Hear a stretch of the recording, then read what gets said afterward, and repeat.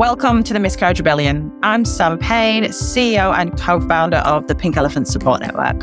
And I'm Stacey June Lewis, counsellor, psychotherapist and broadcaster. This podcast is where we share stories of many Australians who have lost their babies to early pregnancy loss. With evidence and empathy, we unpack the shame, blame and stigma and the lack of support that many face. This is a loss that has been silenced for too long. We deserve better. We are here to normalise the conversation. And we're here to make lasting change. Welcome to today's episode of the Miscarriage Rebellion, where we put a spotlight on workplaces. We bring you Niti, who is a peer support companion for Pink Elephants, but has her own lived experience and also had to balance going to work 2 days after a D&C. We know she's not alone. We know hundreds of women that we surveyed in our return to work after a pregnancy loss had similar stories, but we chose to share Niti's, and we hope that you hear it with an element of hope of what can change. We also bring on Catherine McNair, who's the head of diversity and inclusion at QBE, who are doing incredible things with our Pink Elephants workplace program within their workplace. The difference it is making is clear. The benefits are amazing. The feedback that we get from women who are met with the empathy, understanding and clear policy and support within that workplace are huge. We hope that you listen to this story with an element of hope, where you can see the change that can happen when workplaces drive change within the business to foster more empathy and understanding for their people who face challenges like pregnancy loss. So we'll jump right in. I'm really excited to have you here today with us, Niti. Niti is a Pink Elephants peer support companion and has supported Pink Elephants for a number of years by publicly sharing her experiences of loss and raising awareness into the true impacts of pregnancy loss. We'd love our listeners of the Miscarriage Rebellion to get to know you a little bit more. So if you could start by sharing your experiences of early pregnancy loss, we could start there, that'd be great. Yeah, absolutely. Thanks, Sam. So I had my first loss, it would be about probably 6 years ago now. And I had a child at that point. So I'd had my daughter, I'd had a really easy pregnancy with her. Everything had gone really well, no sickness, nothing. But we had a really difficult post period with her where I experienced what I think later probably was depression, but I just in the moment didn't recognize it as such. And then it took me a while at least, to want to try again after that. And so we waited for a few years, and I knew in the meantime that my biological clock was ticking away, and so, we were running out of time. And so we tried again, and we were really happy because we got pregnant pretty quickly. And, the funny thing is, I think when you've already had a child, you just assume that everything's going to be okay because you've gotten over the worst of things the first time round, right? And so that's what we sort of assumed. And we even told our daughter, who was 3 at the time, that we were expecting. And we went in to have our 8-week scan. We were chatting to our OB, laughing with him because he knew us from delivering our daughter. And it was sort of an instantaneous thing where I could see the light that had been in his eyes as he was laughing with us and listening to us chat sort of disappear as he was looking at his, ultrasound machine. And I knew in that moment that something was very wrong. And, then he told us, I can't hear a heartbeat and I'm really sorry.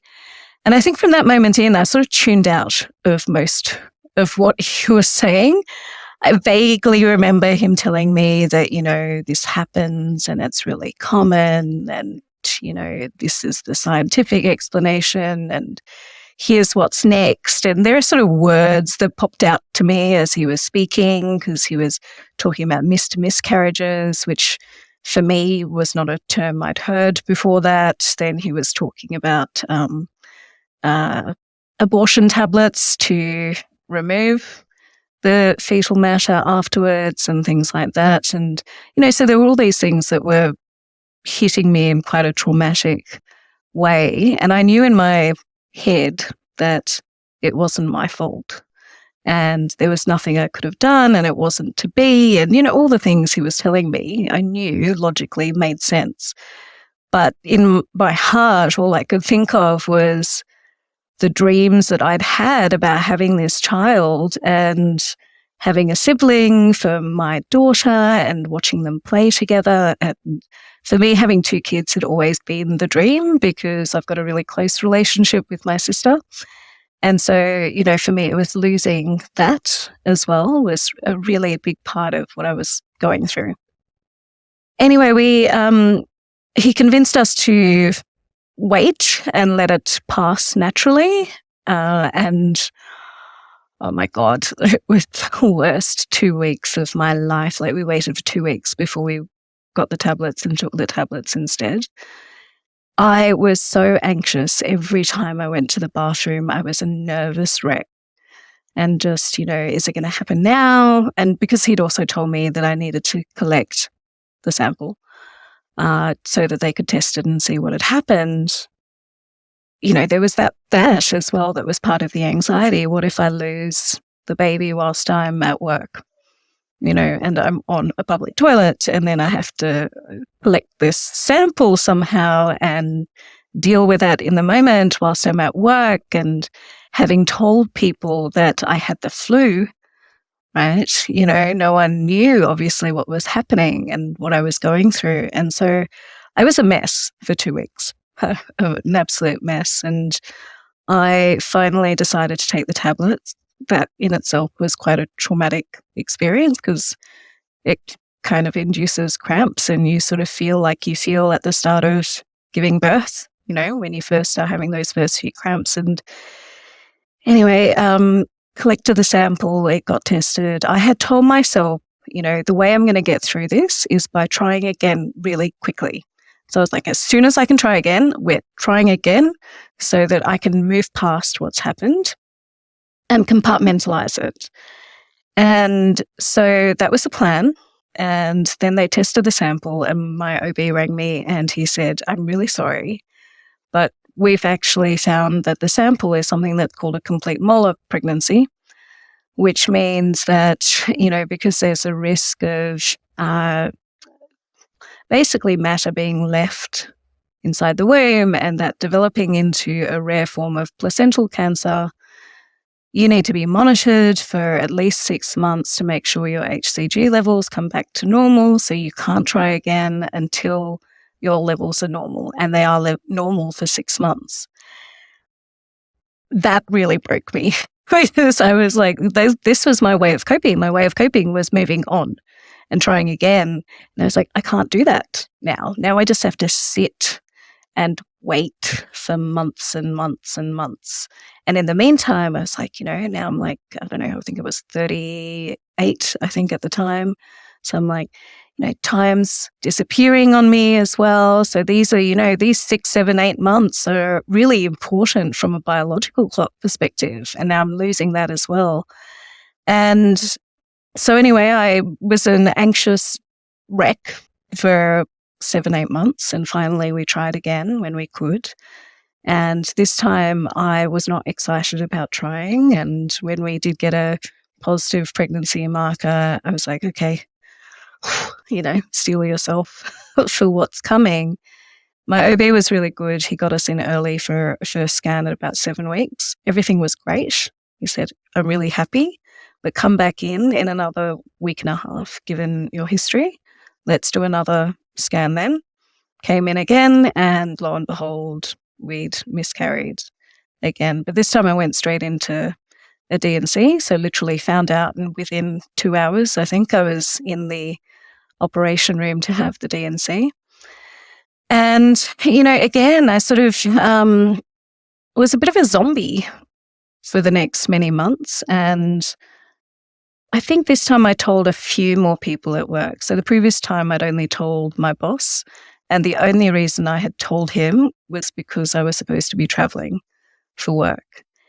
And this time I told a couple more people, but I'd also just recently been promoted. I was recruiting for my team. I was traveling internationally.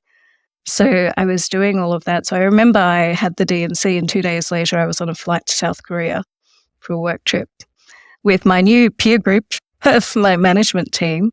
And, we were on a training course. So you're trying to form these connections with people and you're out for dinners and drinks. And it's like, all I want to do is curl up into a ball and just stay in my bed and not leave it. But I've got to do this and I've got to get through this. And do you know what? I've had a loss before. It's fine. I've been here before. I've done it before. So it's not as bad as it was last time. I think I was convincing myself more than anything else that I was okay. And it took quite a few months before I sort of realized that I wasn't okay and I needed to talk to someone about it. And that was a big, I guess, transformative moment for me personally, because it really did allow me to break down some of those barriers or those walls that I'd had up for such a long time. Because you do have this sense of needing to move past loss really quickly. And so you sort of feel like you're crawling at this, really slow pace whilst the world just keeps moving. And so the world's rushing ahead of you and you're back here somewhere still dealing with the fact that you've had this loss whilst the world's just gone somewhere else. And so it really felt like that for me. And, there weren't many people that I felt I could talk to about what I was going through. A lot of my friends had kids and, hadn't had issues. Had one good friend who had, and she'd been through an IVF journey and quite a few losses as well. And so we sort of hung on to each other a little bit as a support network to get through things. And amazingly, actually, when we tried again, because we did try again, but I told my husband this time, this is the last time. Like, I can't do more than one more loss. If we have another loss, that's it. We have one child and that's all we're going to have. I can't do this any more than that. And so we tried again. We got pregnant again. Again, even less excitement than the previous time. This time I was really nervous. And as it turned out, when I spoke to my friend who'd also been going through her own journey, she said to me, "I've got news." I said, "Oh, I do too." So we both actually turned out, we both got pregnant at the same time and we both had successful pregnancies this time around, which was beautiful. And it was really nice to have someone to be able to share that with in a moment where we were both feeling so anxious about the journey. And, I remember telling work when we'd gotten to, I think it was maybe 14, 15 weeks.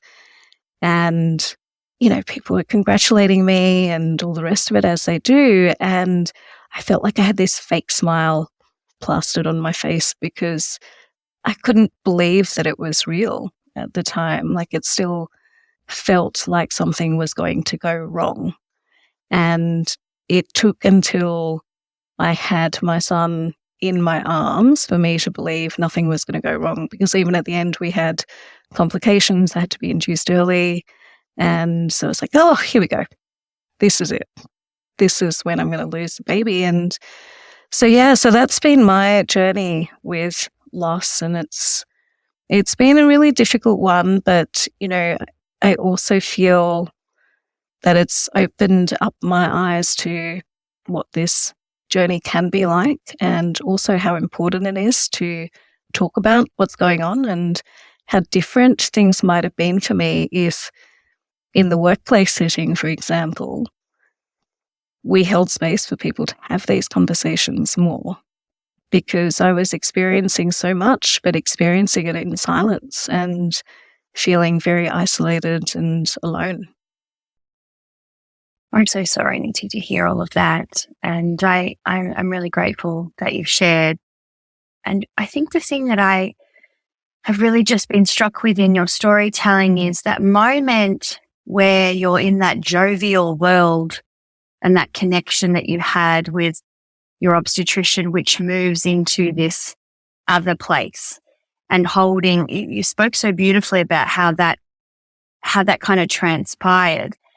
And what I also noticed about how you told that story is how delicate and important those moments are. That whilst this particular professional was telling you it was normal, whilst, there may be one person that knows at work because of a trouble situation, whilst those things from a technical perspective have to be kind of there as a structure to support you, there is almost something missing to describe what those moments are like when you are that zombie person, and how as a society, as a workplace, but also even just professionals can support people differently in those moments where we don't quite feel like we are ourselves at all, or even human. So we don't necessarily have our best foot forward to advocate, communicate, discuss. So I really took that away from your story so clearly. And I wanted to ask you about that and what potentially would have supported you in those intricate, kind of delicate times, whether that was on that travel trip, whether that was in that moment where the wind changed, that feeling in the room. These moments that are almost undescribable for people that haven't been through them, because that's who we're talking to here, right? We're talking to people that don't know what that feels like. What do we do? What would you have wanted? I think what would have really helped in that moment was a little bit of silence to begin with, to be honest. I felt like it almost rushed from there's no heartbeat to, right, and now let me explain it to you, and here's what we do, right? And I was like, in that moment, I actually needed some space to process those words, because they take time to process, right? I mean, and obviously I was still processing that months later. But, in the moment, I think I needed that little bit of space. I think and I think it's the same in workplaces, right? People rush to fill in space with words. You tell someone something traumatic and they're like, got to say something, got to solve it, got to fix it, got to help them. And I'm like, I don't need you to solve anything, fix anything. Okay, it is what it is, but I need you to just sit with me for a minute. Well, that's what I wanted to say. What does space look like? Because I think sometimes space can mean walk away, leave the room, don't text, which again might be what some people need. But what did space specifically look like? Space for me would have looked like just letting me sit with it for a little bit and asking me what I needed in that moment. Is this in the right time to talk about what's next? Would you like me to talk about what happened? Would you like me to explain where we go to from here? Asking me for permission to take the next step would have been, I think, what I needed at the time, because I couldn't move to the next step. I wasn't with him on the next step. So he was rushing ahead to the next step and I was still here somewhere. And I needed that little bit of time just to process it. And so if he'd asked me at the time, what do you need? Do you want me to talk about it? I might have said, look, let me go for a walk for a little bit. I just need to can I come back? Can I come back in 10 minutes, 15 minutes? And, then we discuss it, just to allow me to also cry, because, for me personally, like I grew up in a loving home and all the rest of it. But, with a Indian family sort of background, mental health is not something we spoke about. Right? It just wasn't a thing. And so if something happened, you kind of moved on and got on with it. And so I'd always had that sort of approach to my life of, being strong and, stoic and just get through things. In this moment, I wanted nothing more than to cry, right? That's all I wanted to do. But I also felt that I couldn't cry, or I was resisting crying, being in this room with my OB. And so I actually needed to go somewhere and cry for a little bit before I could listen to what's next from here. Yeah, and also that information of what's next is important. And so many of us can't take it in. It's actually also really, it's not practical. Like in terms of then you want to know about steps after, those things you still do want to be involved in because it's happening, regardless of the shock and the grief and the sadness. So to be able to set us all up for the most appropriate time, or at least the best shot of you consuming that information, or your partner at least, if you are going through this with someone, is also just, it seems to me like a responsibility that we are in a sane, a conscious state. And I think, just as you were talking, one thing that came to me was, even with that information sharing about what's next, I think what I really needed to hear and what I didn't hear at the time, and what then affected my experience of the next couple of weeks, was not just what happens next in terms of what are the steps, but what happens next in terms of the emotional experience that you're going to go through.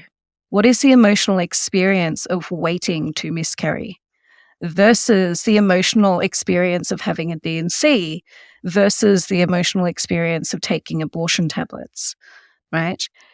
Who can you talk to understand what these experiences look like? Because, obviously, not every OB has a lived experience of, having gone through this, but, and probably hasn't experienced anything like these particular circumstances. So, with that in mind, who can you speak to get an understanding of what that looks like? And, I find it really powerful nowadays when I do my work as a peer support companion for pink elephants, where I do have people who come to me and they say, I've miscarried and I'm waiting at the moment and I'm feeling really anxious. And I can give them that information to say, this is what it's like, and advocate for yourself. If you are not able to cope with the anxiety, go and ask for the D&C. Go and ask for the tablets so that you can move past the anxiety. Because for me, I waited for 2 weeks thinking that if I didn't wait, I was doing something wrong, right? Because that's what had been presented to me as the better option. On that, Niti, I really want to talk to that searching for information, searching for emotional information, and how important that is to those who go through early pregnancy loss. We know that we published our own report last year, and we found that 64% of the women that we surveyed wanted access to emotional support, and knowing what they were going to feel, possibly the different variants of how they might react to this experience or their experience, normalizing and validating all of those reactions as any of them are okay, as much as they wanted that medical management. And I feel that that's really important, that we get that across to those that haven't been through early pregnancy loss, that this is not something that can just be medically managed alone. It needs to have the validation that's needed for the emotional aspect of it. You touched on it a little bit earlier as well about the mental health side for you. And I know that you went and you saw a therapist that maybe helped you kind of go through that process. What were some of those signs that you noticed in yourself that made you feel like, I need to speak to someone, I need to get this extra help? And further to that, I'd like to add as well the signs that perhaps you now look back, because I think the signs that you had, but then the signs when you look back, and when you said the postpartum with your first, it'd be interesting as well as to know what the signs may have been in hindsight too. Yeah, so I didn't actually reach out to a therapist and I didn't speak to anyone. But what happened was we had a mental health program that we were running at work, and I was running it, and ironically. And so I was liaising with someone who is a specialist in that space. And we were having a catch-up one day about the program.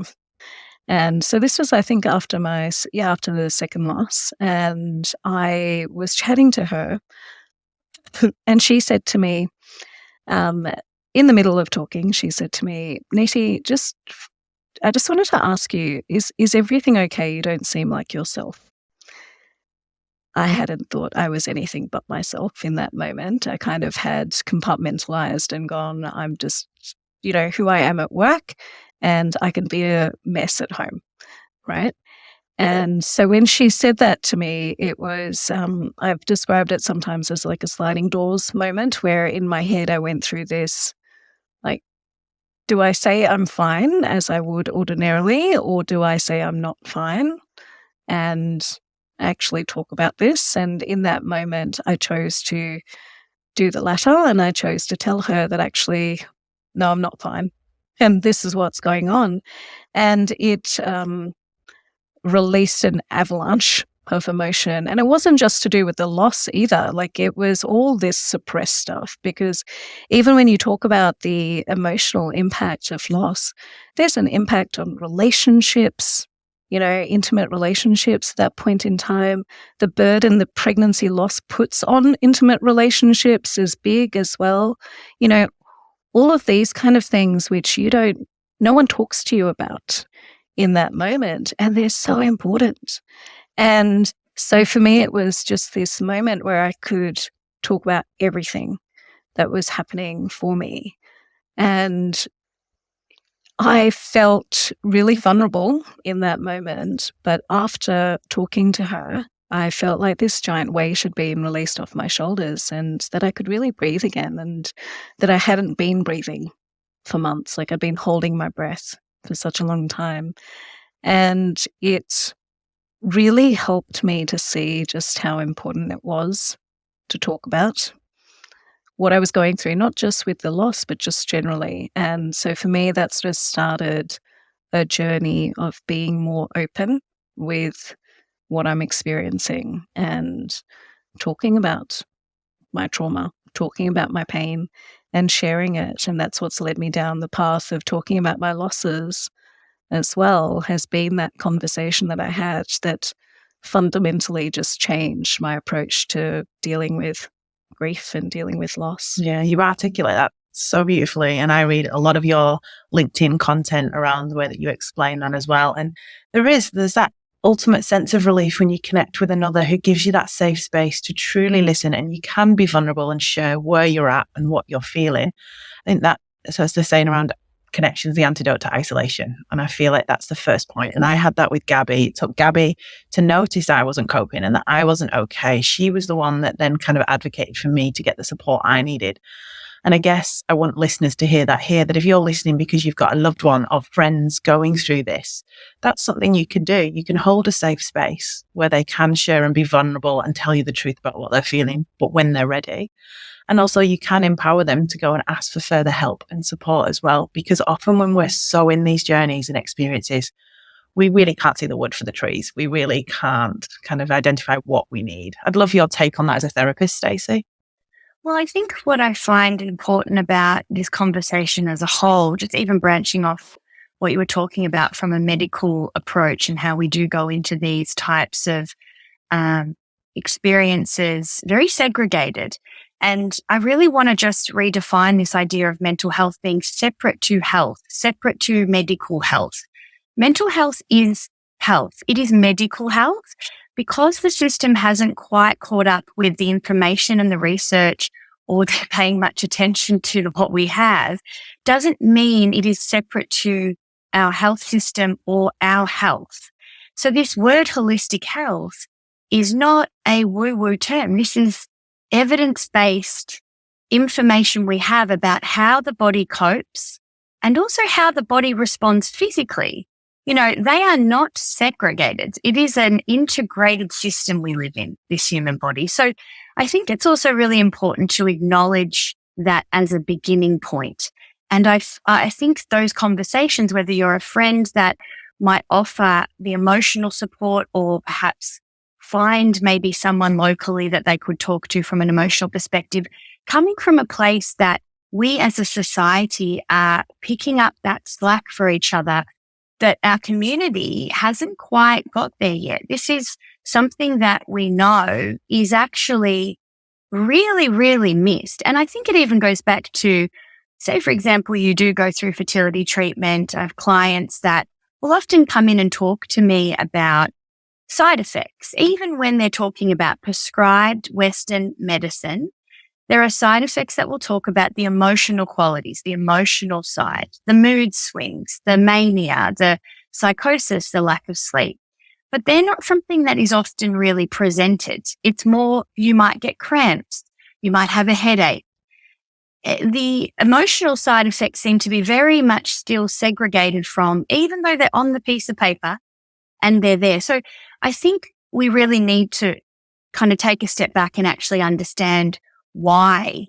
So then it empowers us to perhaps behave or act differently for those around us, because our system is not quite there yet.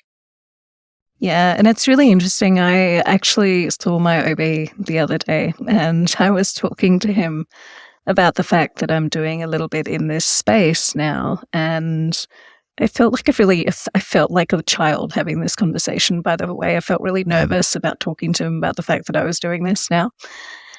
But it was really interesting as I was talking to him about, how important it is to talk about loss and how important in the workplace it is for people to hold space for those who have suffered loss.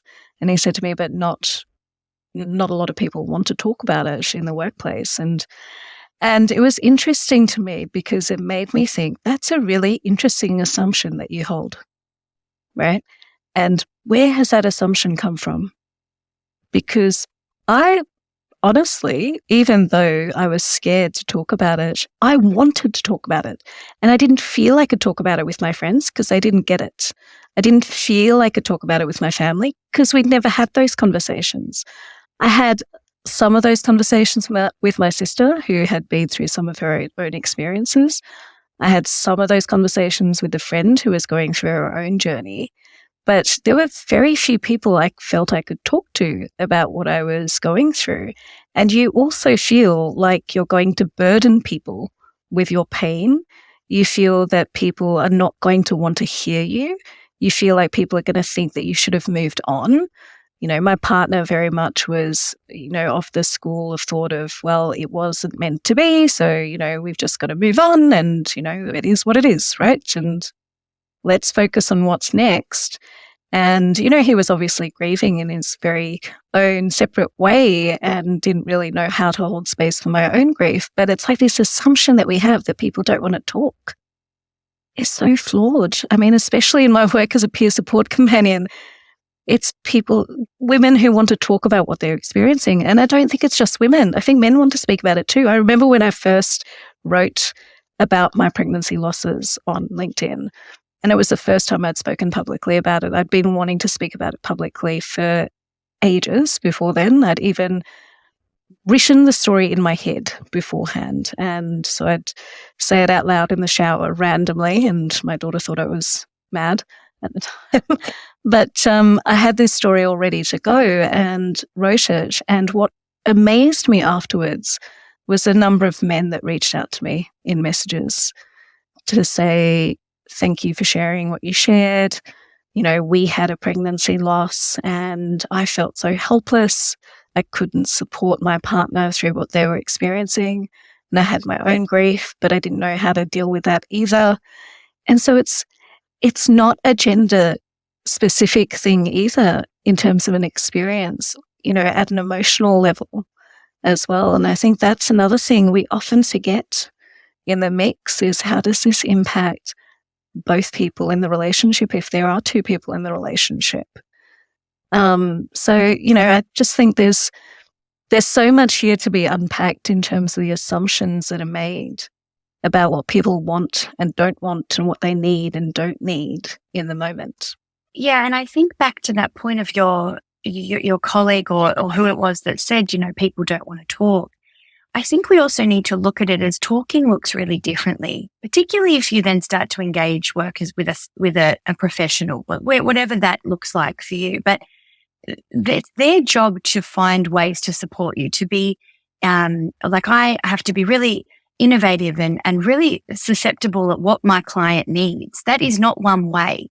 So I think there's many ways to discuss, many ways to be heard, many ways to tell your story. It might mean that you go into a session and talk for 45 minutes about your dog, and then the last 30 seconds you happen to bring something. It doesn't look a certain way. So I think we've got this idea that people don't want to talk because they don't want to be someone that maybe broadcasts it on social media perhaps, which again is very therapeutic for some. It looks different. So we need to allow professionals to really be given the chance to do their job and to understand that their job is to find ways for that to work for individuals. It's not a one-way conversation here. It's an individual conversation. 100%. But I'll challenge that with research as well. So we did a piece of research 2021 with the University of Sydney. We interviewed 607 women on the return to work experience after a miscarriage within the last 2 years prior to that 2021.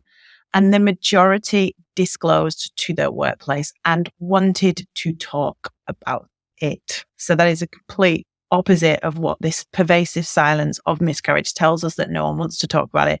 It's its own echo chamber, making the same thing happen and happen again. But if you actually ask women what they want and what they did, they are now telling their workplaces. And the reason that they were telling the workplace wasn't, again, an assumption that they wanted more support for them. It was actually really generous. It was to change it for the next generation.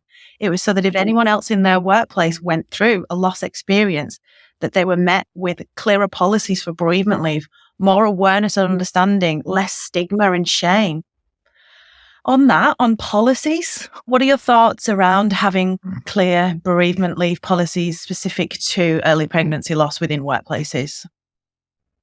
Oh, I think it's incredibly important. I think, even when when the laws changed, thanks to the work that you did at Pink Elephants, and, we now have the days of leave that people can avail themselves of.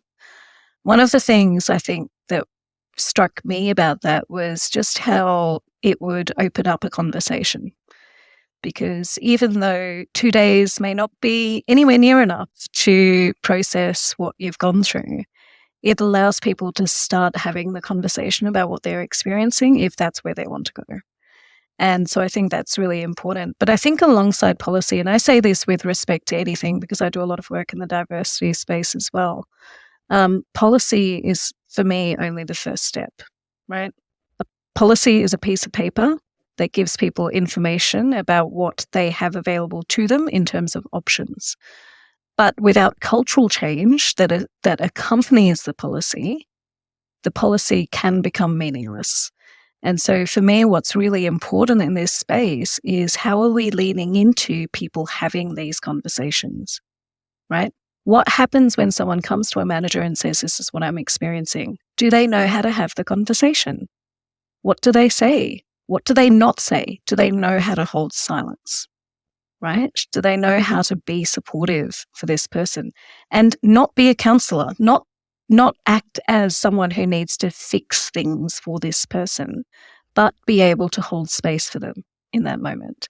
And so for me, that is important. It's, how do we start having those types of conversations in the workplace? Because grief, pregnancy loss, any sort of trauma and pain, they're one of the conversations that most people struggle with the most. I remember the first time I experienced death in my life, suddenly a lot of my friends were nowhere to be seen. And it wasn't because they weren't good friends. It was because they thought I needed space, right? And they didn't know how to have the conversation. And we're not taught how to have these conversations as children, as adults. It's not a conversation we know how to have. We might intuitively pick up some of it over time through our own experiences and the experiences of those around us, but we're never taught how to have them. And so I think that for me is the important piece of this. So you can have the policy, but what accompanies the policy in terms of the conversation and the training? It's equipping everyone within organizations to have hard conversations. These are not easy conversations, to be able to understand how to give that safe space to people when they need it. And that takes a level of understanding that needs to come from a program bespoke to that. I love that you've brought that up. So we are intentional with the Miscarriage Rebellion. This is time now for those of us who've had experiences of early pregnancy loss, to really get loud, to really share the truth of our experience, to challenge those false narratives like you've just shared through your own story, to make people realize the truth of our experience so that we can invoke some empathy, but incite some real action, because it's not moving quick enough.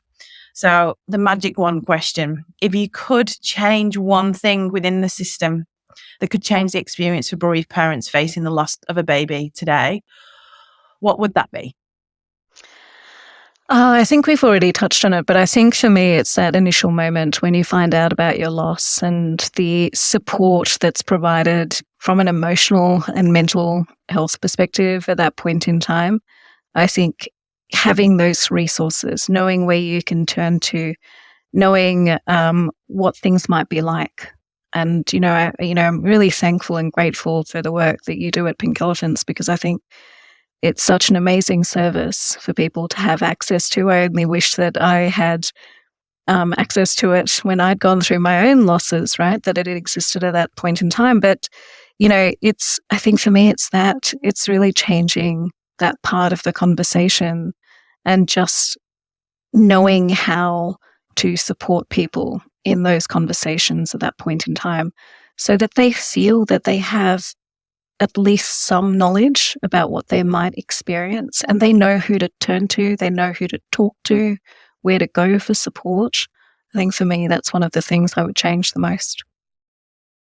Did you know 74% of women who suffer a miscarriage report feeling unsupported by those around them?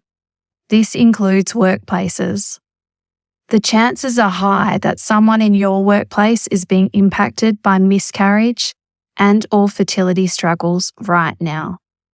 Pink Elephant's workplace support program has been designed to help you give your people the opportunity to grieve their loss by providing them the support, empathy, and understanding they need. For more information, visit pinkelephants.org.au or email contact@pinkelephantsupport.com.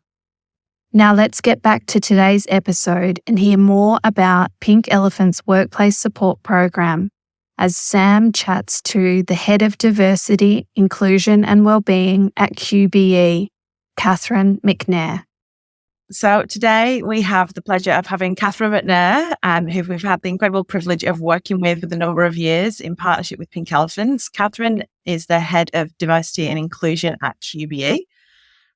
We love the opportunities that we have to work with QBE and the difference we get to make, but we think it's important to allow you to share what those are. So maybe we could start with how QBE has embedded the Pink Elephants workplace program across the whole business. Fantastic. Thanks, Sam.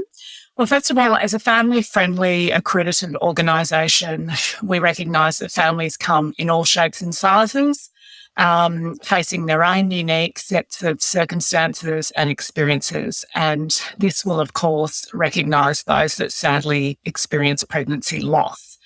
So we know through the work of Pink Elephants how lonely this experience can be, and why workplace support, raising awareness and understanding and having people with lived experience to speak to is critical. So our work started back with yourselves, the fabulous Pink Elephants support team back in 2021, where we just took the time to listen and learn about what would make a positive impact for parents who had experienced loss. And we knew from other programs of work we had delivered how important it is to work with subject matter experts. So having Pink Elephants as our workplace partners was absolutely critical. So there are a couple of things we did. Our review started with our policy, and this was our paid parental leave policy, where we really wanted to make sure that our people in the workplace that experienced loss had access to the same period of time, so the current paid parental leave of 12 weeks. So the starting point was really to make sure our language and terminology was current, it was correct, the language was inclusive, it reflected all families, LGBTIQ+, single parents, birth parents, partner parents, and that a real differentiator was that this policy reflected the experience, which is that it is not a moment in time, that there needs to be time to physically, emotionally and mentally heal, that there are going to be ongoing anniversaries, future pregnancies, ongoing fertility treatment potentially, scans, and other moments where people just need the time to take a moment. It's also important to remember that the experience is really diverse. Medically, it's incredibly diverse, but also in terms of the individual experience, it may be one loss or it may be multiple losses. that isn't anything anybody needs to know, but your policy really needs to reflect that the experience is different for everybody, and the support people are going to need needs to really be tailored to what that family is going through. I did mention partners, but I think what we learned through parents, I nearly said parents at work there, Sam. What we learned through Pink Elephants was the importance of specifically calling out partners. So partners who may not be a birth parent, and of course the emotion of loss and the need to not only support themselves, which may be very different from how their partner is going through their grief process, but the time to support their partner as well. So the next thing we knew was, policy can be great, but how do you bring it to life? So there were a couple of things we did after that. One was to create curated content. We did this again with Pink Elephants. Pink Elephants, through their workplace support program, have a whole raft of resources for people leaders, for employees. These range from videos to tip sheets, to people sharing their experiences, to conversation guides, and really making sure that just having a policy on its own really was indicative of the fact that people are going to want to know more. They're going to need to educate themselves. So where do they go for that type of information? So we have a Working Families Hub, which really reflects the diverse needs of all of our people. It speaks to elder care, early pregnancy loss, menopause, really everything and anything that working families may experience. And that's really a hub of information that people can go to as and when they want further information on this topic. And a really important one, I think, for people to be further educated on. And one of the most important things with a policy is how you bring it to life. And we know that bringing it to life is through shared stories and having people who are courageous enough to share their lived experience. So one of the most important things that we were able to bring to life through the Pink Elephants Workplace Support Program was standing up what we call our QBE, Pink Elephants Peer Support Program, which are a couple of very courageous and brave QBE employees who have come forward to share their lived experience. Why that's important is a policy is one thing, but bringing it to life with people that are likely not to have had the same experience, but a shared experience of loss. One, it normalises the conversation. It helps people to see that there are others that have had a similar experience. And it also acknowledges that people in the workplace may not have even shared that they are pregnant or their partner is pregnant. And so how do you talk about it with your team or your people leader when you're actually talking about what should be happy news has now, the topic is quite different and it's a really challenging one. So there are a whole range of circumstances, of course, that we're going to come across in the workplace. People may have shared the news, and now they are going to need support through that conversation. They may not have shared the news, and they know that they can go to one of the Pink Elephant peer support contacts in the workplace. Equally, this initiative has been so incredibly important for people leaders to go to help to understand, how do I have a conversation with someone in my team in a respectful way, in a way that really makes the person feel that their loss is acknowledged, and that we can tailor our response to their needs. Some people will want to speak about it and others won't. And how do we also support people in the team who may have a partner who have gone through this loss? Two other things that we did. One was then bringing that to life in terms of a quarterly support circle. So in the first instance, in standing up the peer support network, was making sure that that team have ongoing support and capability build through Pink Elephants. That's really important to make sure that it's not just a set and forget, that there's ongoing support. And that, like a lot of topics where this is a lived experience, of some is making sure that the information you have is current and correct, and that it's maintained and that it's up to date with the latest research, but also we know terminology and language can shift. So it's really important to make sure that that peer support network has the emotional support they need, but also in terms of facts and anything else that Pink Elephants are able to bring to the table. And what we did this year, which I'm really proud to share and has been received so well, is we've opened up those forums to now have quarterly support circles. These are now offered to all of our employees. They are hosted by Pink Elephants and the QBE Peer Support Network. And they just provide a safe space for people who may have the lived experience to come and be supported and have their experience validated, or equally for people who want to learn about this topic, maybe a friend or a family member or a team member, and they just want to know more about it. So each one of these quarterly forums is focused on a different topic, and it just enables people to drop in and out as they want to. I mean, you can see in terms of the impact that this is having, that the people who are there really appreciate it. There are lots of questions, and we do get people sharing their experiences. So I think it just provides a safe space for people to share, to emotionally connect, but also to know that there is support in the workplace.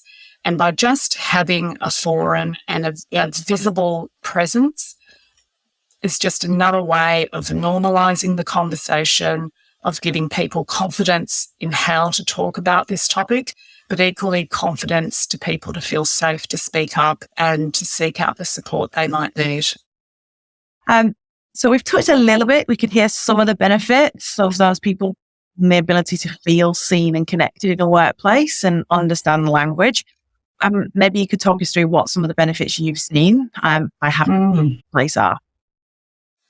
Absolutely. I've really summarised this into 4 key benefits. The first one, I think, is raising awareness and understanding is critical. What we really learned through Pink Elephants is I think we all come to this topic with what we think we know, but in fact, there is so much complexity to this topic. So awareness and understanding is really critical in debunking what we think we know about this topic, and really taking the time you don't need to know the ins and outs of every kind of loss. What you do need to know is that it is incredibly diverse. Don't make assumptions about that person's experience, and just listen and understand the support they need. The second thing I would say is it gives people confidence to speak up. So equally, by providing simple resources such as conversation guide, that might seem like, what's in a conversation guide?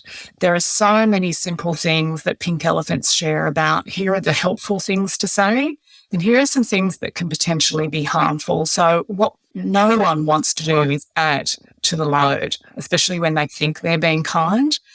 So this really enables team members and people leaders to support with confidence.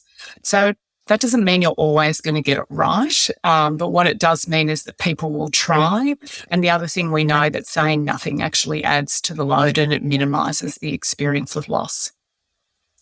The third thing I would say is that it supports a culture where respect, safety and validation, that we are all individuals and our experience of that being individual is foundational. And that's really important regardless of whether this is your experience or not. Particularly with this experience, the grieving process, again, we don't know what people's experience is. Is this one loss? Is this multiple losses? We don't know what the compounding factors are. So to have someone to tell you about their sister-in-law or their friend or share another experience that's completely different to yours is not what is needed at this point in time. So that point about really making sure that people understand this is an individual experience. And I think the fourth benefit is about a culture of care. So we are all going to have various needs at various life stages. So this is one of those very important moments for people. So to really understand that support is there for you.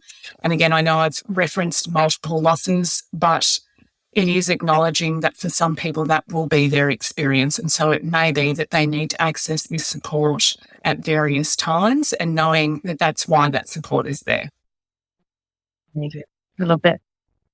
I love the cultural piece, and I think it is one of the benefits, definitely. Amazing. If we can touch on policy and why we believe that it's important to have clear policies that are specific and inclusive to issues like pregnancy loss. That'd be amazing. Yeah. Great.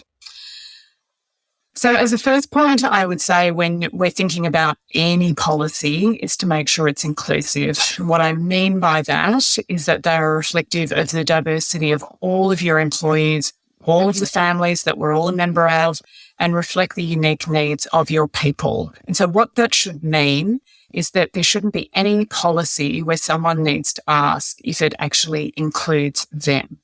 And I would also say that includes the partners of people who have experienced loss as well.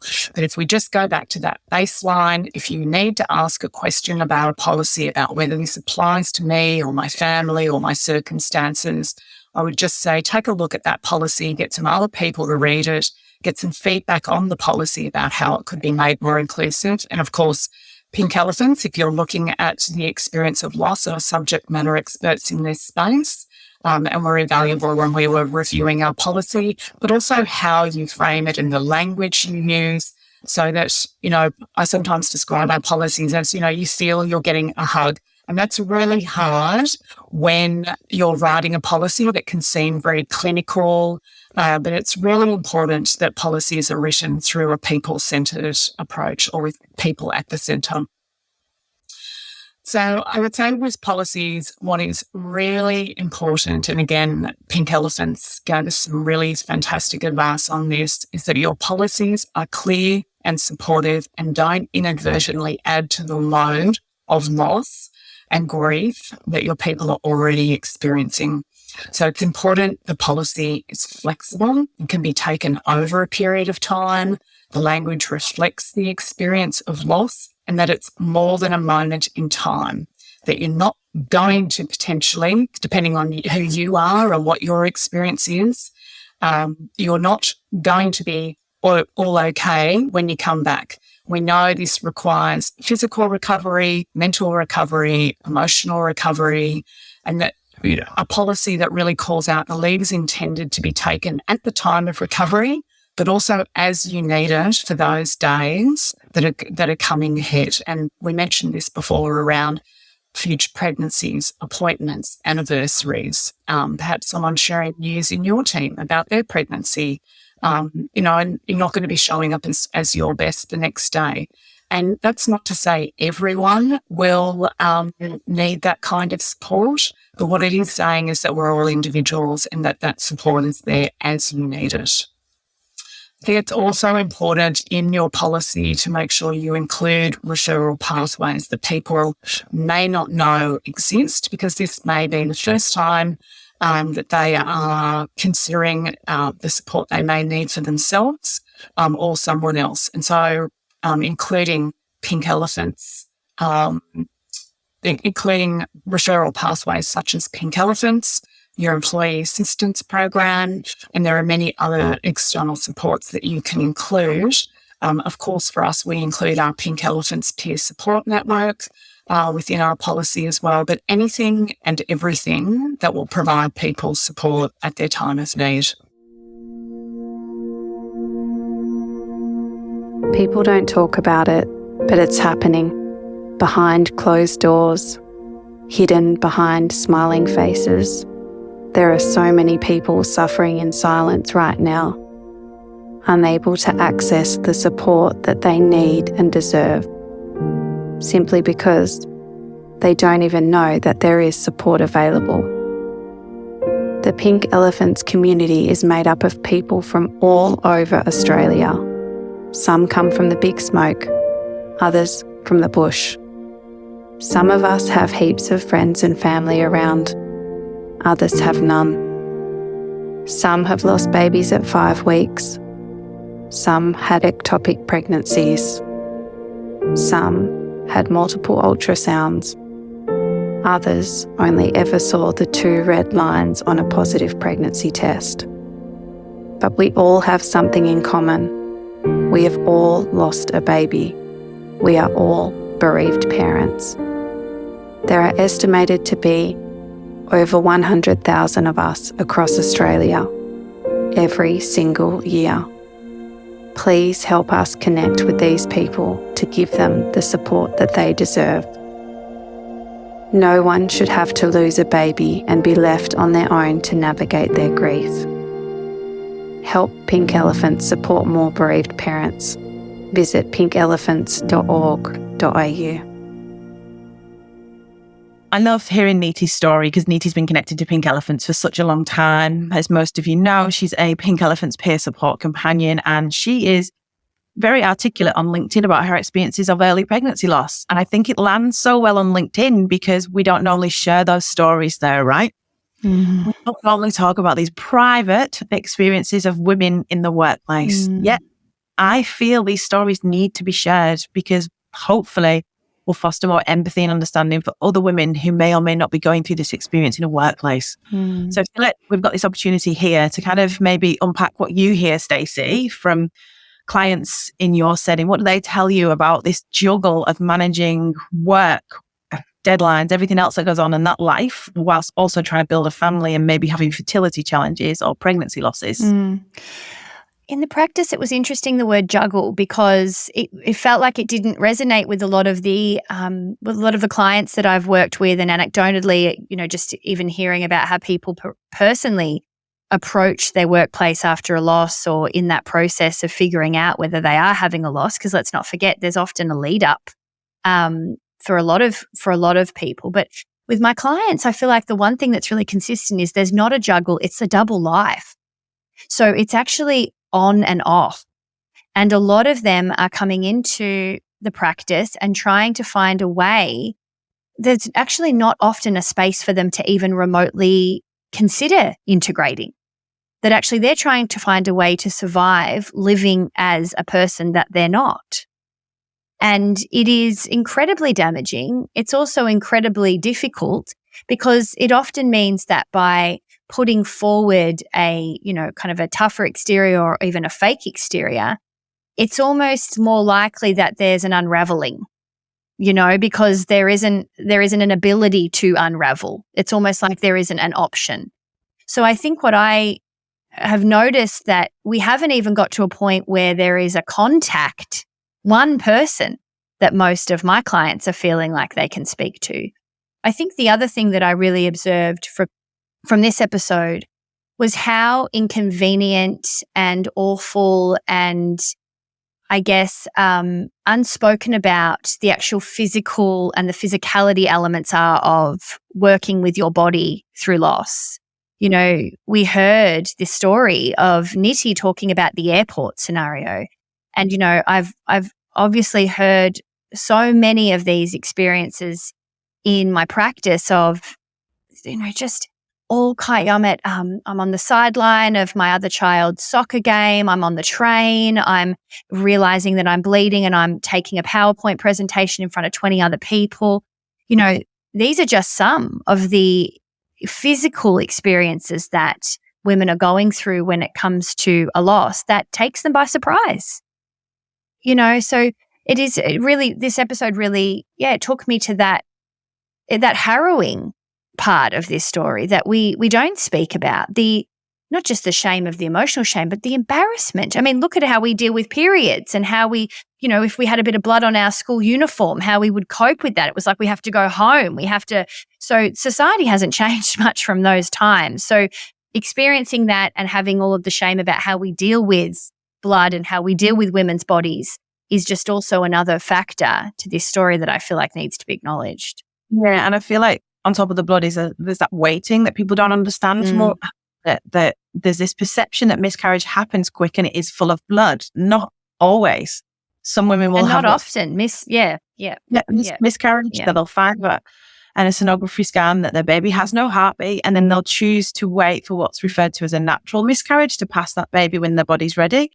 But that could mean they've got 2 weeks where they're still presenting at work, knowing that their baby has passed away, but no one really knows that they're pregnant. It's an incredible weight to carry. And alone having that fear of, when am I going to start bleeding? What happens if it happens when I am giving that presentation to others? What happens if it's at this point in a way?